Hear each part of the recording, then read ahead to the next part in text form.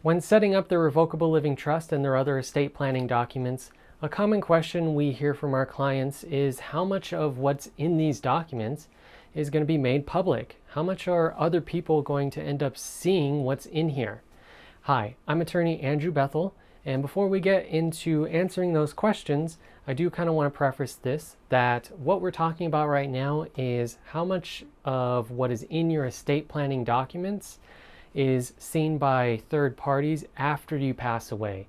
I've already done an entire video on how much you need to reveal during your lifetime, but the short summary answer is you can actually keep a lot of this secret during your lifetime, but it's after death is when things kind of change. So the full answer to that question is, well, it depends. Very attorney answer. What it really depends on is what process or what pathway your estate will ultimately be going through. And that's whether it be going through probate or through a living trust. So if your estate is going to go through probate, and that's whether you have a will or not, it's going to be the same process, then everything in your estate is going to see the light of day. Because at that point, we're in court. We're making court filings. We have to document how much is in your estate, as well as account statements, deeds to your property. All of that becomes part of the total court filing there, which means it's open to inspection by someone who wants to come along and just kind of peruse around. Contrast that with the revocable living trust. The big advantage of a revocable living trust is that it allows your estate to avoid probate. Because of that, it's considered a private document, and now we're not dealing with filing a bunch of paperwork in court and dealing with everything actually around the kitchen table, so to speak, within the family. So when administering a living trust, there are some people who who are entitled to see copies of the documents, and those are going to be three types of people, namely your heirs, your beneficiaries, and anyone you disinherit in that trust. Now, an heir and a beneficiary, they might sound kind of like the same thing, and typically they are, but the difference would be if you have someone like a blood child that you are disinheriting, well, technically they are an heir, so they're entitled to a copy of the document. They just so happen to also fall under that group of people who are being disinherited from your documents and who are thus entitled to a copy of it.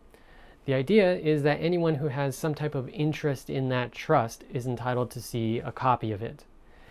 Now, the third parties who might also end up seeing copies of the documents are going to be institutions that you might expect. And that would be like a bank or a life insurance company, or maybe a company holding your 401k or IRA. Typically, these companies might already have those documents on file, or hopefully, they'll accept what's called a certification of trust. And a certification of trust, you can think of it as kind of like a summary of the trust terms, but it leaves out things like the distribution of the trust, which is the main part that many people want to kind of keep quiet or under wraps as much as they can.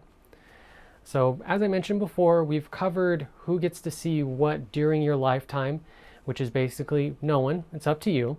But after your passing under a revocable living trust, there are some people who are entitled to copies of documents.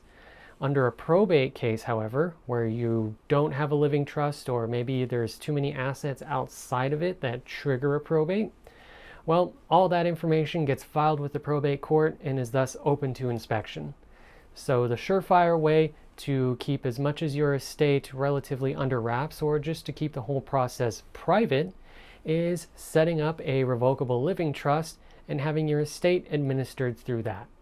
Thank you for watching. If you enjoyed the video, be sure to check out some of our other excellent videos here. But don't forget, hit the like button, subscribe, ring the bell, and tell us what you'd like for us to cover down in the comments below.